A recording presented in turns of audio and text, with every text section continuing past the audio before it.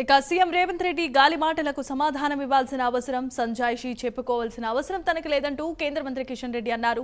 తన గురించి ఎన్నికల ప్రచారంలో సీఎం రేవంత్ ఇష్టారాజ్యంగా మాట్లాడిన తర్వాత తెలంగాణ ప్రజల తీర్పే కాంగ్రెస్ పార్టీకి పాలనకు చెంపపెట్టు లాంటిదంటూ కిషన్ రెడ్డి అభివర్ణించారు. ఇక తనపై ఆరోపణలకు ప్రజలే సరైన జవాబు ఇచ్చారంటూ కిషన్ రెడ్డి అభిప్రాయాన్ని వ్యక్తం చేశారు.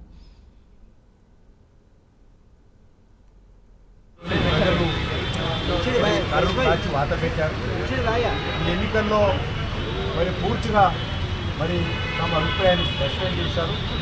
కాబట్టి ముఖ్యమంత్రి గారు మాట్లాడిన విషయాల మీద నేను స్పందించవచ్చు. ఆయన గాలి మాటలు మాట్లాడుతుంటే నేను మాట్లాడుతూ ఉంటే ఆయన కలిసి కదండి. కాబట్టి ఆయన మాటలకు వ్యక్తిగతంగా ప్రభుత్వపరమైన అంశాలు కావచ్చు, విధానపరమైనటువంటి అంశాల మీదనే తప్పకుండా మాట్లాడతాను.